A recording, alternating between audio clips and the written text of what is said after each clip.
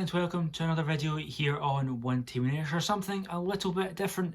Today I'm going to be talking you through what it's like to be a Scottish football commentator at Rugby Park during the pandemic and how it's been over the last couple of months of football action with no fans and what it's like inside the ground, and just give you a taste of what it's been like to have that unique experience. Of course, all of us in the media and everyone that gets to be in the ground knows how lucky we are to be in there and to get to see something that everyone else is forced to watch at home, and we're all hoping that the fans, being one myself, can get back as soon as possible and we can get to home games at Rugby Park and away games as well. So really hoping for that in the new year and hopefully sometime soon. But I'm just going to talk you through a bit about how it is inside the ground and what the sort of procedures are, in case you're interested in that kind of thing, about what we have to go through and what it's like inside the stadium on match day where during the pandemic, when there's no fans or no anything really, no stewards, no nothing like that.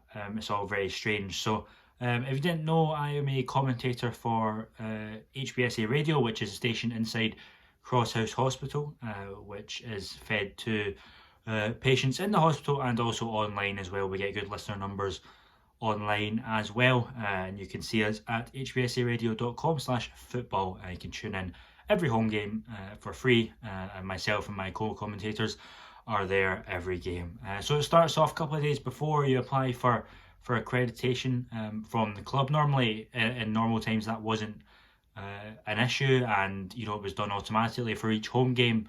But at this current time with limited numbers, we're actually only allowed a maximum of 2 commentators in for each game. Normally we'd have 3 or even 4 depending on what the game was, and there wouldn't really be a limit on the number of commentators that we'd be allowed to have for a home game, but it's only 2 at the minute, which means we need to split up the duties each week. So some of us are commentating some weeks and not commentating other home games, so it's different in that regard. But the club contact us a couple of days in advance. It's always the same sort of standard email, giving you the layout of the stadium and the procedures and what's going to happen, getting your temperature checked and not entering the stadium without a face mask, that kind of thing, and just making sure that everyone knows what's going on, because it's obviously very different from how it is normally.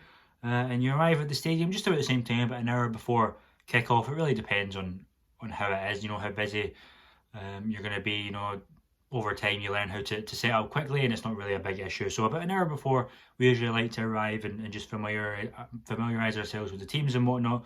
So you arrive at the stadium, you get your temperature checked on arrival. It has to be below a certain temperature. If it's too high, then you wait 10 minutes and then you get retested again, and if it's still too high, then unfortunately you're not allowed to go in to the stadium for that game, and you've got to go home and do the relevant things, whether get a test or isolate. That just depends on the situation. But you get your temperature checked, you have to read off a list, and it just asks you simple questions. Have you been in contact with anyone recently and such like, and just standard procedural stuff, just so the club know and the club have checked that there's no sort of issues there for you arriving. So you get a wee wristband, and that allows you entry into the stadium. You have to wear your masks inside the stadium at all times, no matter where you are, whether it's just walking in the concourse or sitting in your seat or at the toilet. You've always got to have your mask on, and everyone adheres to that really well. So it's a really safe environment for everyone that's there, and when the fans come back, it'll be exactly like that. All fans will have to wear a face mask, unless exempt, of course, and it should be a really safe environment in that regard. All the media are spread out across the main stand at Rugby Park, and it feels, from our point of view, really safe, and the club have put in everything that needs to be put in, and it feels fine in that regard. So you just do the normal setup, and then obviously commentary gets underway. Wearing a face mask, that's something that I've been asked a couple of times. How hard is it to commentate for an hour and a half up to 2 hours, depending on what you're doing before and after the game and at half time straight with a face mask on. It is definitely a bit harder. Obviously you're talking into your mask that whole time. You can't quite express as much, and sometimes it's a bit harder to get the volume out, but it's not too bad. It's not as bad as some might think, and after a while and after a couple of games at the start of the season, you didn't really notice it. So it wasn't a big issue in that regard, and it just helps keep everyone safe. And actually, in some instances, is a bit of a positive as well, because it helps to keep noise down, because there's no fans there, which is another big thing. All the commentators, even though we've got the headphones in, we can all still hear each other, which is a bit strange. You know, you're sort of doing your own thing, and you're hearing other people commentating on the game as well, and you're all sort of basically shouting over each other in that regard. It can be slightly off-putting, but with the masks, it does help to dull that effect a bit. And once fans come back, it'll be a lot better, and we won't be able to hear each other so much. So for those that in the stand, you know, perhaps the journalists that are writing and doing things for the newspapers, it is a bit strange for them because they're trying to watch the game, but they're also hearing, you know, 3 or 4 different commentary teams shouting over the top of each other. So I'm sure that is quite distracting for them, but a necessary evil during this time.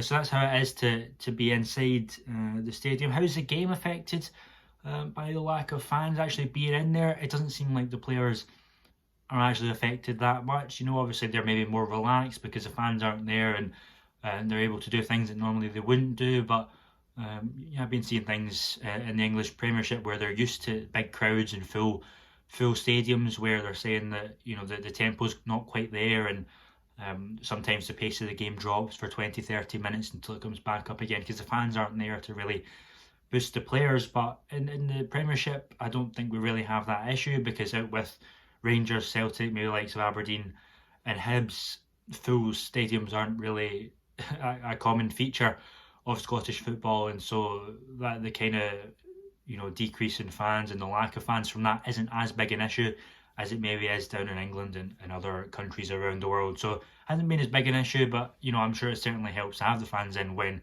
you know, you're chasing for a goal in the last 15, 20 minutes and such like, and I'm sure the fans would play a big part in that regard. But overall, isn't too big a deal, but obviously we all want the fans to come back as soon as possible, and it will be something that we're all looking forward to. Hopefully in the new year we can get everyone back. You know, it'll be very strange for us that have been in, you know, the ground throughout all this, you know, to have the fans back. Certainly something that we've been used to, it being, you know, quiet and quite empty for almost a year now, and it's certainly something that we're still looking forward to anyway, to get the fans back. It's going to be great, and we can't wait. So hopefully sooner rather than later, but hopefully, you know, the output from KILLIE TV, and if any of you are listening to ourselves on HBSA radio, then hopefully we're doing a pretty good job of trying to capture what the game's like when you're not there. Obviously it is a bit different trying to capture it, and we've got to maybe talk a bit more and sort of describe the game a bit more when the atmosphere isn't really added and the atmosphere isn't telling you things. But hopefully we're doing a good enough job in that regard. And, you know, if anyone is interested in listening along to our commentary just as an alternative, you know, one week or another, just checking it out, then it's hbsaradio.com/football. We'll be there for the Aberdeen game this weekend and every home game up until the end of the season, so you can go and check that out. We're a bit more informal than KILLIE TV is, and it's more sort of, you know, informal and sort of two guys just really wanting the team to do well, and hopefully we'll provide a good enough service in that regard. But that's just a wee insight into what it's like on a match day at Rugby Park in that regard during the pandemic, and what it's sort of been like from a commentator's point of view. But as I say, hopefully we'll get the fans back in very soon, and we can all get back to normal and cheering on the team. Hopefully have a strong second half of the season with fans back, hopefully. So I hope you enjoyed the video. Make sure to check us out if you're interested, and I'll see you next time for the post-match video from the Aberdeen game at Rugby Park on Sunday.